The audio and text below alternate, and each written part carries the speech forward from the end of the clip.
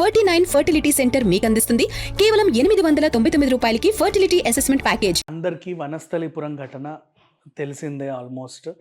So అసలు ఈ కేసులో తప్పెవరిది అనేది మాట్లాడుకుందాం.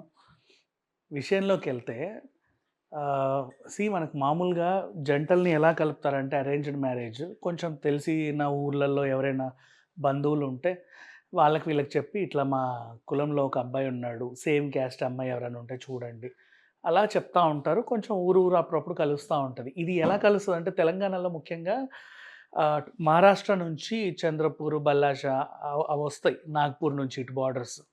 ఇంకా తెలంగాణ స్టార్ట్ అయిన తర్వాత సిర్పూర్, కాగజ్ నగర్ నుంచి కాజీపేట వరకు. అయితే తెలంగాణలో ట్రైన్స్ ఏంటంటే నార్మల్ ఈ రెగ్యులర్ ఎక్స్‌ప్రెస్‌లు అంటే ఎక్కడ పడితే అక్కడ ఆగుతాయి. కాకపోతే ఏంటంటే కొన్ని రేర్ ట్రైన్‌లు ఉంటాయి. లిమిటెడ్ స్టేషన్స్‌లో ఆగేవి. అట్లా ఒకప్పుడు ఏమయ్యేదంటే ఫర్ ఎగ్జాంపుల్ చంద్రపూర్‌లో ఒక స్టాప్ ఉంది. తర్వాత మంచిర్యాలలోనో, రామగుండంలోనో, పెద్దపల్లిలోనో ఒక స్టాప్ ఉందనుకోండి. ఆ ఊరు వాళ్ళకి, ఈ ఊరు వాళ్ళకి అనుకోకుండా కొన్ని కనెక్షన్స్ ఉంటాయి. అంటే వ్యాపార నిమిత్తం వచ్చి పోయేవాళ్ళో, లేకపోతే ఇంకా ఏదైనా ఉద్యోగరీత్యా వచ్చి వెళ్ళేవాళ్ళో అలా కొన్ని కనెక్షన్స్ ఉంటాయి. అట్లా ఇప్పటికీ చాలామంది అటు చంద్రపూర్ నుంచి ఇటు బెల్లంపల్లి, మంచిర్యాల వీళ్ళకి ఒక బాండింగ్ అయితే ఉంది. అంటే చుట్టాలు, తెలిసిన చుట్టాలు, దూరపు బంధువులు అలా ఉండేవాళ్ళు. ఈ రకంగా ఏమైందంటే పెద్దపల్లి దేవరకొండ మహేష్ మంతిని అనే మండలానికి సంబంధించినటువంటి వ్యక్తి. ఈ దేవరకొండ మహేష్‌కి అక్కడెక్కడో చంద్రపూర్, మన నాగ్పూర్ బార్డర్ మహారాష్ట్ర. ఆ చంద్రపూర్‌లో భల్లాపూర్ అనే ఒక మండలం, తిలక్ వార్డ్ అంటారు దాన్ని. అక్కడికి చెందినటువంటి ఒక అమ్మాయినిచ్చి వివాహం జరిపించారు. బుద్ధార్ది సునీత. 2022లో వీళ్ళిద్దరికీ పెళ్ళయింది. ఇద్దరు సాఫ్ట్‌వేర్ ఇంజినీర్స్ కావడంతో కెనడాకి వెళ్ళాల్సొచ్చింది. కెనడాలో ఎన్ని రోజులు ఉన్నారంటే జస్ట్ 45 డేస్ మాత్రమే. ఇక్కడ ప్రాబ్లమ్ ఏమొచ్చింది అంటే ఇద్దరూ జాబ్ చేస్తున్నారు కాబట్టి, కానీ నువ్వు ఆడదానివి కదా! ఎంతైనా వైఫ్ కదా! పొద్దున్న లేచి ఇంటి పనులు, వంట పనులన్నీ చేసిన తర్వాత నువ్వు ఆ జాబ్‌కెళ్ళు. తర్వాత ఇవన్నీ చూసుకో. తనేమో చేయలేకపోయేది. అటు ఆఫీస్‌ని, ఇటు హౌస్‌ని సరిగ్గా మేనేజ్ చేయలేకపోవడంతో వీళ్ళిద్దరి మధ్యలో గొడవలొచ్చి ఇంకెందుకు, నేను ఇంత సాఫ్ట్‌వేర్ ఉద్యోగం చదివింది దేనికోసం? ఏదో ఒకటి చేయడానికే కదా! నా కలలని వీడెందుకు చంపేస్తున్నాడు అని చెప్పేసి ఇతనితో విడిపోదామని డిసైడ్ అయ్యి అక్కడి నుంచి బ్యాక్ వచ్చేసింది. నెక్స్ట్ పెద్దల సమక్షంలో ఇద్దరికి విడాకులు కూడా జరిగిపోయాయి.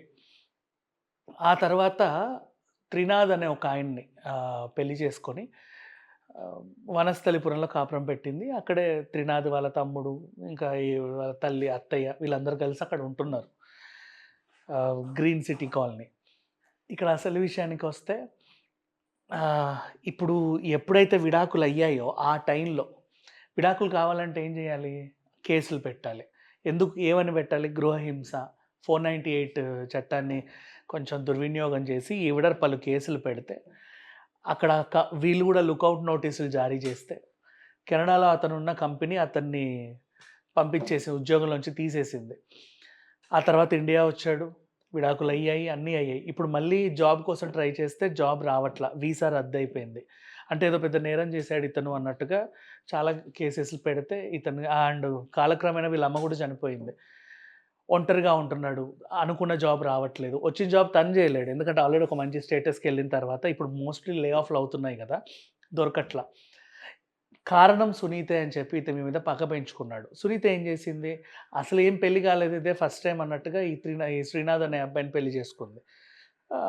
4 మంత్స్ ప్రెగ్నెంట్ ప్రెజెంట్. ఆ పక్కనే వనస్థలిపురం దగ్గర ఈ తుర్కయంజల్ అనే ఏరియా ఉంటది. ఇబ్రహీంపట్నంకెళ్ళే రోడ్. లైక్ ఇప్పుడు వనస్థలిపురం అంటే బిఎన్ రెడ్డి కాలనీ ఎడ్జెస్ వస్తాయి. అటువైపు గుర్రంగూడ, తుర్కయంజల్ ఇటు వస్తాయి. ఆ ఏరియాలో ఒక ప్రైవేట్ హాస్టల్‌లో ఉంటూ ఈమె మీద పగ పెంచుకున్నాడు. ఒక రంపం ఇవన్నీ ఏవేవో తీసుకొచ్చి అర్బన్ క్లాప్ లాంటి సంస్థ బ్యాగ్‌లో పెట్టి, ఏవండీ మీ ఇంట్లో ఏదో క్లీన్ చేయమన్నారు, నేను అందుకే వచ్చాను అని చెప్తే నిజంగానే క్లీన్ చేయమన్నారేమో అనుకోని ఆవిడ కాస్త ఇల్లు దారి చూపిచ్చింది. ఒక్కసారిగా కేకలు వేస్తా అందులో ఉన్న ఆయుధాలు తీస్తూ ఈమెను విచక్షణ రహితంగా మెడ మీద కోసి, తల మీద కొట్టి చంపేసాడు. సరే వాటెవర్. ఇంతలో దారిలో వచ్చిన అత్త వీళ్ళందరూ వచ్చేసారు పరుగు ఏదో అవుతుంది అని. వాళ్ళ అరుపులు కేకలతో చుట్టుపక్కల వాళ్ళు పోలీసులకు సమాచారం ఇస్తే ఈయన లోపల రూమ్‌లోకెళ్ళి దాక్కొని నన్నేమన్నా చేస్తే పెట్రోల్ పోసుకొని తగలబడిపోతా అని చెప్పి వాళ్ళని బెదిరించి మొత్తానికైతే పట్టుకున్నారు. ఓవరాల్‌గా ఇక్కడికి జరిగింది సిట్యుయేషన్. ఇప్పుడు ఈ కేస్‌లో అసలు తప్పెవరిది?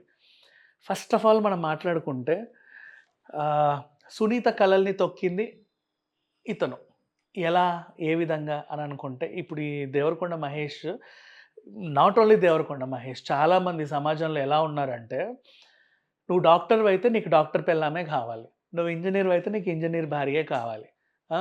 నువ్వొక వ్యాపారవేత్త అయితే నీకు సరి సమానంగా ఎంబీఏ, ఇంకేదన్నా ఎంఎస్‌సి, ఇంకా ఆ పై చదువులు చదివిన భార్య కావాలి. ఇప్పుడు ఆ ఎంబీఏలు, ఎంఎస్సీలు చేసిన వాళ్ళకి కూడా ఒక కలలనేవి ఉంటాయిగా. ఫర్ ఎగ్జాంపుల్ 10థ్ క్లాస్ అమ్మాయిలు అనుకుందాం.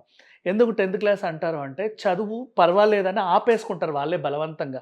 ఐదర్ పేరెంట్స్ వాళ్ళ ఒత్తిడితోనో, లేకపోతే ఆర్థిక ఇబ్బందులతోనో, లేదా ఆహ్, వాళ్ళుండే గ్రామాల్లో అంతవరకే ఉంటది చదువు 10థ్ వరకే. ఆ పై చదువులు చదవాలన్నా ఇంటర్‌కి మండలం వరకు రావాలి. ఇంకా పై చదవాలంటే జిల్లా వరకు రావాలి. అయితే దారి పొడవున్న ఆడపిల్లకి ఈ మధ్య కాలంలో ఇది సేఫ్ కాదు కదా! అని చెప్పి ఆలోచించి కూడా చదువు మానిపించే వాళ్ళు ఉంటారు. అంటే ఆ ఊర్లో ఎంతవరకు ఎడ్యుకేషన్ ఉంటదో అంతవరకే చదివేసి ఆపేసేవాళ్ళు. వీళ్ళకి ఫర్దర్ గోల్స్ అనేవి ఏమి ఉండవు. ఇంక పెళ్లి చేసుకొని ఇంటి పని, వంట పని చూసుకుంటూ హ్యాపీగా గడిపేయాలనుకుంటారు.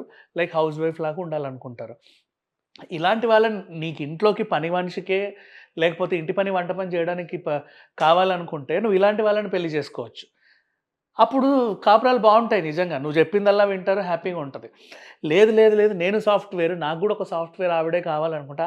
ఆ సాఫ్ట్‌వేర్ చేసిన ఆవిడకి గూడా కొన్ని కలలనేవి ఉంటాయి. ఆవిడకి గూడా ఏదో జీవితంలో ఏదో అవ్వాలని ఉంటది. కానీ ఇక్కడ ఏమైంది? ఆవిడ ఆశలన్నిటిని తొక్కేసావు నువ్వు. అక్కడ తను నలిగిపోలేక వదిలేసింది. వదిలేసిన తర్వాత తన ఆశలకి ఎవరైతే మ్యాచ్ అయ్యారో వాళ్ళని చూసుకుంది. కాకపోతే ఇక్కడ వదిలే క్రమంలో ఈవిడ గూడా ఒక తప్పు చేసింది.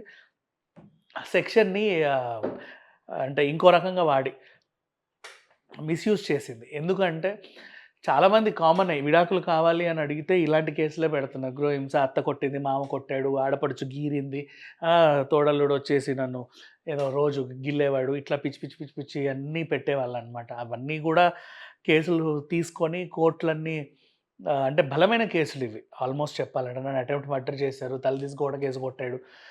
ఇవన్నీ చెబుతుంటే వాళ్ళ ఫ్రెండ్స్‌తో వెళ్ళమన్నాడు. ఇట్లాంటివన్నీ యాడ్ జేస్తున్నారు.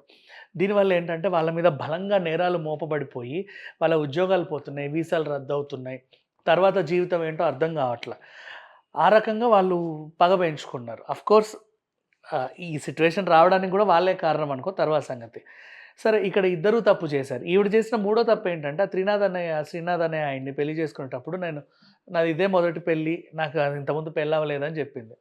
ఇది గూడా ఒక అబద్ధం.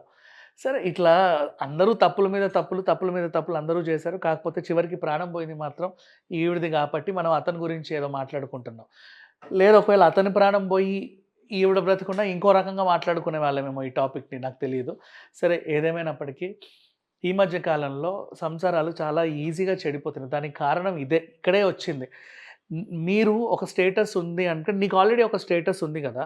ఇంకో అమ్మాయిని మీ జీవితంలోకి రాపియాలనుకున్నప్పుడు ఇదే స్టేటస్ ఉన్న అమ్మాయి నీకు కావాలి అని అనిపించినప్పుడు, ఆవిడకి కూడా కొన్ని కలలనేవి ఉంటాయి. వాటిని యాక్సెప్ట్ చేయాలి. లేదు నా వల్ల కాదు, నువ్వు ఇంటి పని, వంట పని చేయాలని గట్టిగా ఆహ్, నిర్బంధిస్తే వాళ్ళని, అది కాక కట్టలు తెంచుకొని విడాకుల వరకు వస్తది. విడాకుల వరకు వచ్చింది కేసు అంటే ఖచ్చితంగా అన్ని రకాలు పెడతారు. మానసికంగా, శారీరకంగా ఇంకా జైలుకి గూడా ఎళ్ళొస్తారు చాలామంది. 2 నెలలు, 3 నెలలు తెలిసుంటది. చాలా రకాలుగా కుంగిపోతారు. దానివల్ల మళ్ళీ ఏంటంటే క్రిమినల్స్‌గా మారుతున్నారు. అట్లా కాకుండా పెళ్లి చేసుకునేటప్పుడే మీకు ఎలాంటి వాళ్ళు కావాలో ఎంచుకోండి. లేదు నా స్థాయి వాళ్ళు కావాలనుకున్నప్పుడు మీతో ఎలా ఉండాలి? పెళ్ళయ్యాక జాబ్ చేయాలా? వద్దా? ముందే ఆప్షన్ ఇవ్వండి. నేను ఖచ్చితంగా చేయాలనుకుంటా అంటే వదిలేయండి ఆ జాబ్ అక్కడి వరకు. అంటే ఐ మీన్ ఆ సంబంధాన్ని. ఇంకొకటి చూసుకోండి. అట్లా కాకుండా ఎక్కడ కాంప్రమైజ్ గాకుండా మంచి కట్న కానుకలొస్తున్నాయి. వయసు కాకముందే ఒక అమ్మాయి దొరికింది, ఒక అబ్బాయి దొరికాడని చెప్పి ఏదో గాబరాగా పెళ్ళిళ్ళు చేసి పడేస్తే చేతులు దులిపేసుకుంటే తర్వాత కోర్టు చుట్టూ తిరగాల్సొస్తది. జైళ్ళల్లో ఉండాల్సొస్తది. ఇలాంటి సిట్యుయేషన్స్ అన్నీ ఎదుర్కోవాల్సుంటది. So, thank you so much.